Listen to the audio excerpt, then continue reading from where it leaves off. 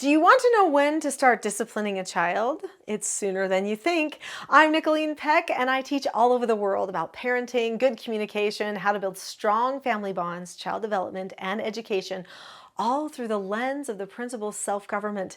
And in this video, we're talking about disciplining children when they're young. In this video, we're going to talk about developmental levels of learning. We're going to talk about mistakes that parents sometimes make when working with young children and trying to discipline young children. And then we're going to talk about things that you can do when disciplining young children.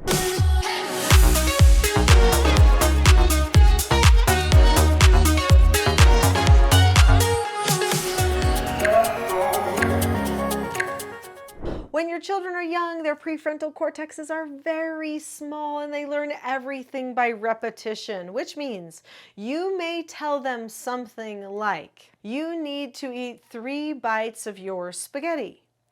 But that doesn't mean that the next day when you serve a grilled cheese sandwich that they will think they need to eat 3 bites of the grilled cheese sandwich. You will have to tell them again that they need to eat 3 bites of the grilled cheese sandwich. It will seem very repetitive.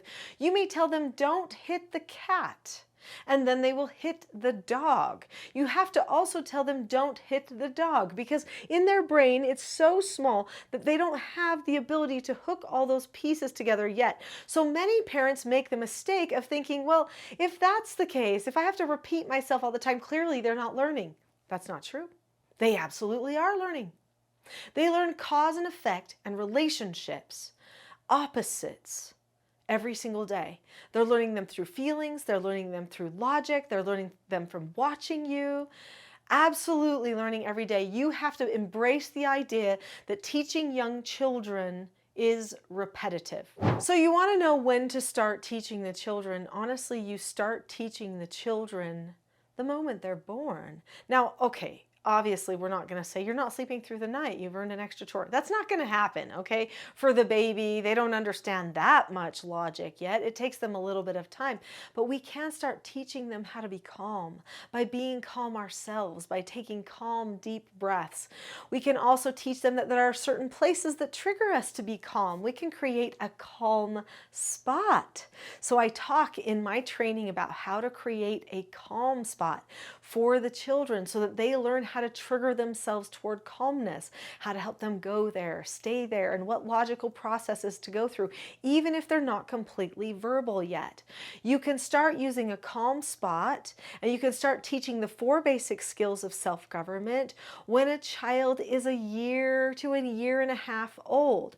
When the child is younger than a year or a year and a half, you can still teach them to say okay, you can teach them to look at you, you can teach them to do little disagree appropriatelys with you, where they do it with sign language, where instead of going, "Ah," they say "Mama," and you say, "Oh yes, would you like to disagree appropriately with me?" And they point to something and say "Please," which is much better cognitive work than them whining, complaining, screaming about it. And when they're teeny tiny, you can work with them on their breathing by blowing on their hand. Deep breath. Deep breath. You can sometimes even blow a little in their face when they're a tiny baby, so they go, "Oh, that's a deep breath." And they catch their breath for a second, and then you go, "We need to take a deep breath." Deep breath. And as you breathe deeply, they breathe deeply. It teaches them that they can choose to self-regulate. They're not cognitively aware of it yet, but they're starting to mimic, because that's what they do first. They mimic the breathing, and then they mimic the okay, and then they mimic the calm down that happens in the calm down spot. And then soon they learn the steps to the skills, and they can do them, and they can accept consequences. And by the time they're like 2 years old, they can do following instructions, accepting no answers and criticism, accepting consequences, and disagreeing appropriately. That is all 4 of the 4 basic skills that are taught in the Teaching Self-Government children's book set. Following instructions, accepting no answers and criticism, accepting consequences, and disagreeing appropriately take care of 99% of your child's behavioral problems. Now, if they know the skill sets that go with these skills, then you have words that you can use that you share in common with them when you are doing your corrections, and you don't need to resort to intimidation. Many parents resort to intimidation or force because they think their child is not cognitively able to do a full correction. This is just false. A child can hear what they did wrong. They can even hear a small why it wasn't okay. They can hear what they should have done instead. They can even accept an age-appropriate extra chore, which, yeah, sometimes you're going to have to help them do that, but they can do it with you. They are able to do all of those practices even with you, practicing things the right way throughout the day so that they get the opportunity to really know that they know these skills of self-government. But the biggest thing is the parents oftentimes don't trust in the child's ability, so then they resort to 1, 2, 3, swat. Or they pick up the child and they move them aggressively to somewhere else. Or they yell at the child or say, "What are you thinking? Stop this. Stop crying. Quit it." And they try to intimidate the child. This actually gives a message to your child that you're not safe, that you could snap at any minute, that they're not sure they can be safe with you.